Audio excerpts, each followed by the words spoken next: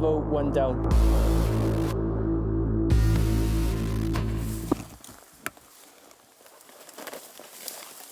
We're with snipers, a group of men who can make all the difference in combat.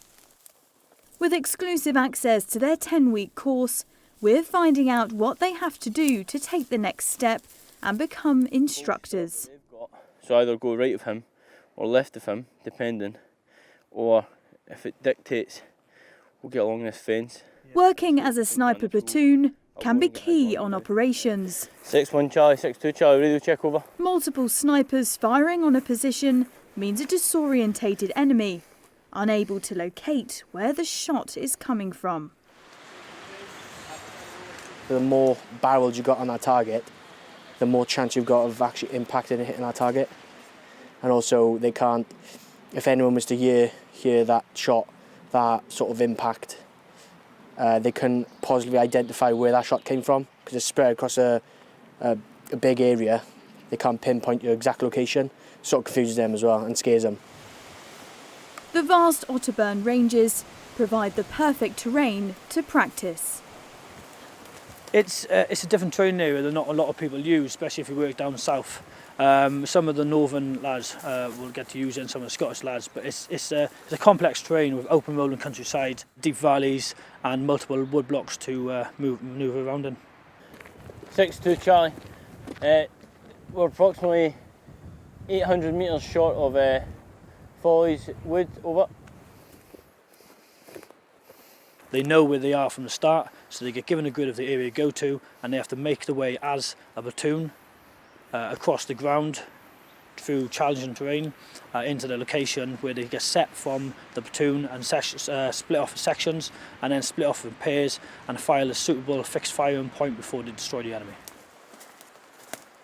Normally hidden and still, on the move they could face the enemy like any other regiment. How they deal with that together is vital, especially on this course where different infantry units are mixed in. Every unit's got their own little tweaks and things that they've found work, and then we can share that knowledge, and the sniper community develops tenfold because of that. And then again, when it does come to operations, you're not always going to be with your unit. You might be pushed somewhere else because the brigade may need you somewhere else, you know. Once into position, they locate and confirm the enemy. Every bit of detail critical. And any sort of change, whether they're taking a bit of clothing off, whether sort of the target that you've indexed has changed in any way, or even worst case scenario, he's gone out of the situation, then which will obviously make a huge change in the mission, really. But this mission remains on track. Massey, Yep. Bravo 1, mate, being with their black gloves on. Yeah. Yeah.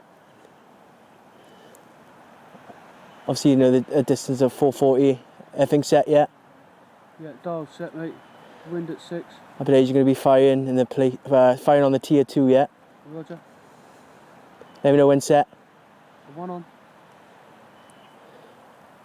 5, 4, 3, 2. Send BDA. Bravo 1 not down. Bravo 1 down, roger.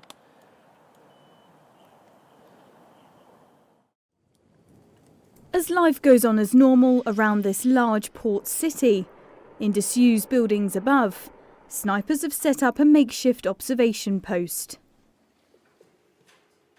This is the urban phase of training.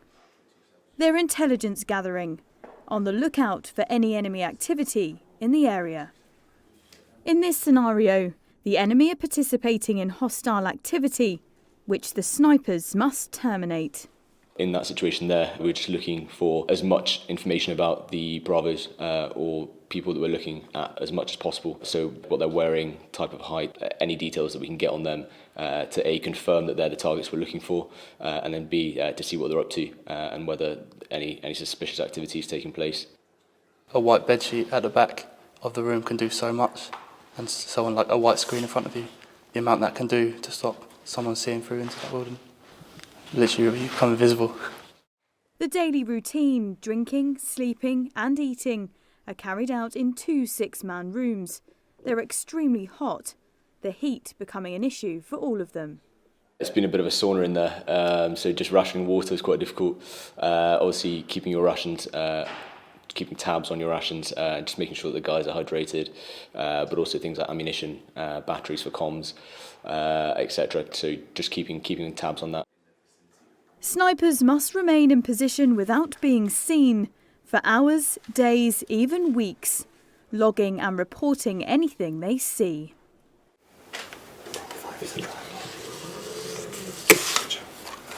6-2, yeah, Bravo 5 and Bravo 6 have dismounted the Charlie 1 vehicle. Bravo 5 is the driver. Keeping eyes on and maintain, like, try not to miss anything. From building to building, it could be like a matter of seconds that Bravo could walk past, so it's easy to miss. So need to stay observant throughout.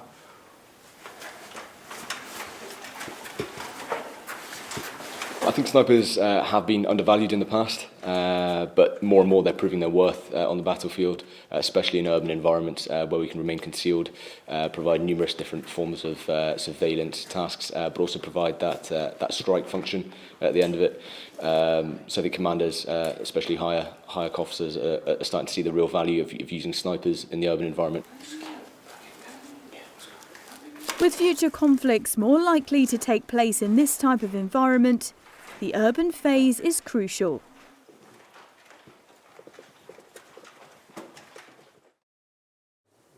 Back on the ranges, John, a sniper with 15 years' worth of experience, offers an insight into the sacrifice a sniper makes. What do you think makes the job of a sniper so appealing? Working in small groups, working with highly professional, motivated men who want to be there. You know, they've been selected for a sniper section, for a sniper platoon, because they're highly motivated and they want to be there. Your job requires a lot of patience. What has been your remedy to remaining so patient? I'm just quite a passive bloke anyway. I enjoy my own company. I enjoy company of working in pairs, groups, teams, and that. It's I think you've just got to be that calm, collective kind of guy. And finally, if anyone's thinking of becoming a sniper, what would you say to them? Just be keen, just be motivated, just be helpful, and just be an all-round good bloke. Right, you won't get selected for sniping. Yeah. And be good at shooting is one of the key things. Helps. It helps. It helps if you can hit stuff. Yeah. Back on Salisbury Plain, snipers are hunting high-value targets. This is the annual shooting competition. In the close quarters shoot, they're being marked on their observation, accuracy, and their ability to fire at short range.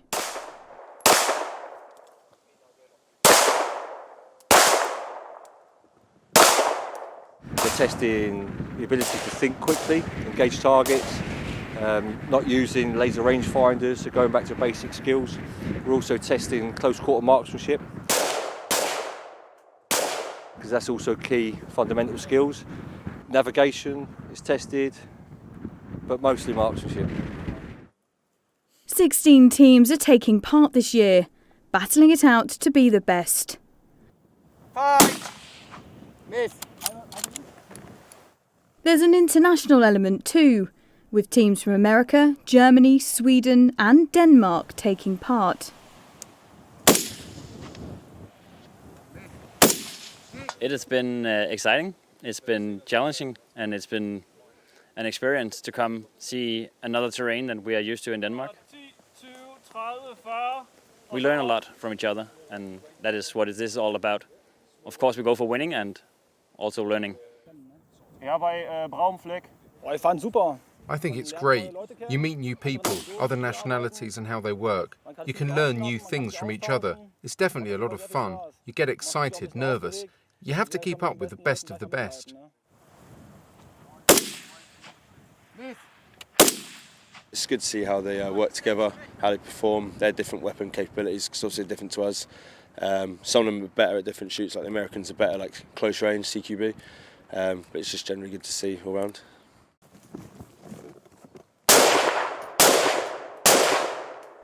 Events such as this one allow snipers from across the armed forces to hone their skills.